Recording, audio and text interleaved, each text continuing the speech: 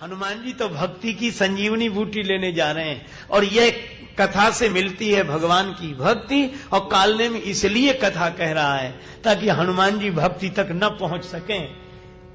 तो कथा का उद्देश्य ही वह नहीं है जो होना चाहिए, यही है कपट। इसीलिए भगवान कहते हैं चौथी भगति मम गुण गण करई कपट तजी गान। अच्छा, एक और अद्भुत बात है, प्रेम से अगर कोई भगवान का गुण गाने लगे, अगर वो कपटी भी होगा तो उसका कपट दूर हो जाएगा। कालनेम ने तो कपट से गाया, पर लंका से दो और आए थे। जब विभीषण जी भगवान की शरण में आए तो पाछे रावण दूत पठाए। रावण ने दो दूतों को भेजा, जाओ आए। अब राम जी ने विभीषण जी को हृदय से लगाया, अपना लिया। उन्होंने जो भगवान की यह चरित्र देखे, यह गुण देखा भगवान का, तो प्रेम से भर गए। अब वो थे तो राक्षस, पर बंदर बनकर आए थे। जैसे कालने में बाबा जी बनकर आया था, वैसे ही ये राक्षस बंदर बनकर आए। तो कपटी तो थे, लेकिन भगवान के गुणों को देखकर जो प्रेम मन में भरा, तो प्रगट बखान ही राम स्वभाव। राम जी के स्वभाव का वर्णन करने लगे प्रेम से। तो अति सप्रेम गा बिसरी दुराव। प्रेम से भगवान के गुण गाए तो कपट चला गया, और जो कपट गया तो राक्षस रूप में प्रकट हो। बंदरों का पकड़ो पकड़ो पकड़ो इनको। और बंदर करने क्या लगे, नाक कान काटो इनके। जब से श्री लक्ष्मण जी ने शूर्पणखा के नाक कान काटे, तब से बंदरों ने एक निश्चय कर लिया कि जो राक्षस मिले उसके नाक ही कान काटो। जो भी मिलता, दसनन काटी नासिका काना।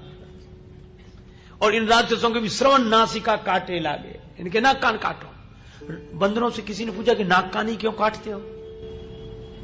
बोले इसलिए कि नाक कान काट देने से एक लाभ है।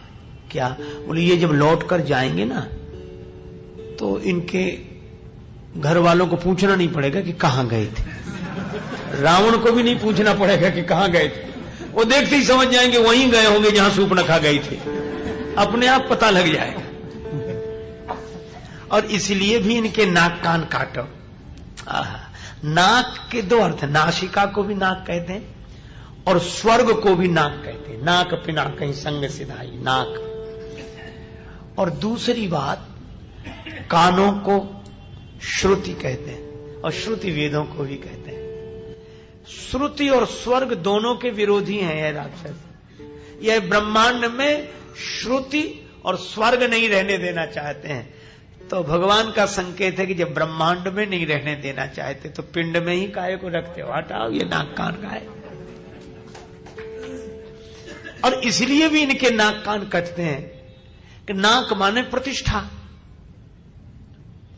और कान क्यों साथ साथ कटते हैं?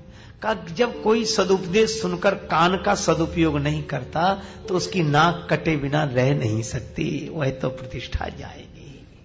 बंदर नाक कान काटने लगे। अब ये बचने का उपाय क्या? तो बोले तुम्हें राम जी की सौगंध है जो हमारे नाक कान काटा। राम शपथ दीने हम त्यागे। सुग्रीव जी के पास ले आए, बोलो क्या करें? सुग्रीव जी बोले लक्ष्मण जी के पास ले चलो, क्योंकि राम जी तो इस समय समुद्र से प्रार्थना कर रहे हैं। लक्ष्मण जी ने क्या किया? दया लागी हंसी तुरंत छोड़ाए। अरे छोड़ो इनको, महाराज अपराधी को सजा मिलनी चाहिए। सुग्रीव जी बोले जब अपराधी थे तब तो सजा दे नहीं सके तुम, जब कपटी थे तब तो तुम इन्हें पहचान नहीं सके, जब रावण के थे तब तो सजा दी नहीं, अब तो ये राम जी के हो गए, अब इनको सजा नहीं, सम्मान मिलना चाहिए, स्नेह मिलना चाहिए। अब तो ये राम जी के हो गए। राम शपथ दीने हम त्यागे। और लक्ष्मण जी ने अपना दूत बनाकर भेजा। तो अगर कोई प्रेम से भगवान के गुणों का गायन करे तो भी उसके जीवन के विकार दूर हो जाते हैं। इसलिए चौथी भगति मम गुण गण करई कपट तजी गान।